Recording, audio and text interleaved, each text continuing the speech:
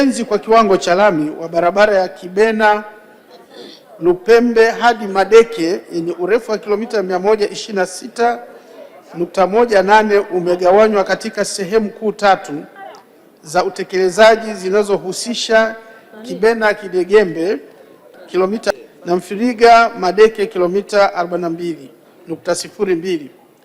Kwa sasa taratibu za ununuzi wa mkandarasi wa ujenzi wa sehemu ya Kibena Kidegembe yenye urefu wa kilomita 41.95 zipo katika hatua za mwisho.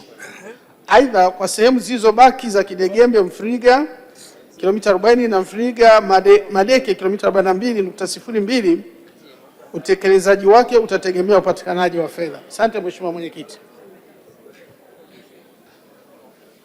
Mheshimiwa Edwin Swale, swali la nyongeza. Asante Mheshimiwa Mwenyekiti, ninayo maswali mawili ya nyongeza. Kwanza, nishukuru sana serikali kwa kuanza kutoa kipaumbele kwenye hii barabara muhimu sana ya mkoa wa Njombe na mkoa wa Morogoro. Kwa kuwa kwenye majibu ya serikali wanasema wapo kwenye hatua za mwisho za kukamilisha hatua za mzabuni kwa maana ya tenda ya ujenzi wa hii barabara. Wananchi wa Lupembe wamekuwa wakisubiri kwa muda mrefu sana. Na hii barabara imekuwa na maelekezo ya Mheshimiwa Rais kwamba ianze ujenzi. Ningetamani kujua kwa niaba ya wananchi wa jimbo la Lupembe, ni lini hasa mkataba huu unasainiwa na kuanza ujenzi wa kilomita za kwanza ya hii barabara?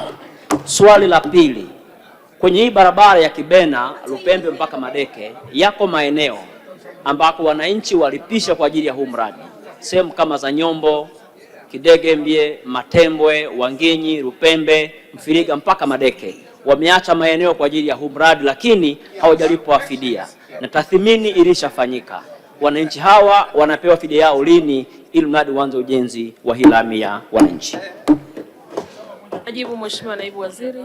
Asante Mheshimiwa Mwenyekiti. Mheshimiwa Mwenyekiti, moja ni kwamba sisi kama Wizara ya Ujenzi tumeshakamilisha taratibu zote za kiufundi, na tunavyoongea sasa hivi Mheshimiwa Mwenyekiti, kama alivyosema, hii ilikuwa ni ahadi ya Rais kuanza kujenga kipande hicho cha barabara kilomita takriban kama 42 ama 41 point. Mhakikishie Mheshimiwa mbunge, tumesema tuko kwenye hatua za mwisho za manunuzi, na tunavyosema hatua za mwisho Mheshimiwa, kila kitu tumeshakamilisha. Sasa hivi tunaongea na wenzetu wa Wizara ya Fedha ili tutakapopata tu hizo fedha tuweze kumlipa mkandarasi fedha ya awali aweze kuanza kazi. Ndio kitu kilichobaki. Kwa hiyo ndio maana tunasema tuko kwenye hatua za mwisho. Atakapokuwa analipwa hiyo fedha, basi anaanza hiyo kazi kuifanya. Kwa hiyo tuko tayari, tushapeleka gharama kwa wenzetu wa fedha waweze kutoa hiyo fedha, tuanze ujenzi wa barabara. Na kuhusu wananchi ambao watapisha ujenzi wa hiyo barabara, Mheshimiwa Mwenyekiti, kama alivyosema mwenyewe, tulishafanya tathmini ya nani atalipwa na jedwali liko Wizara ya Fedha.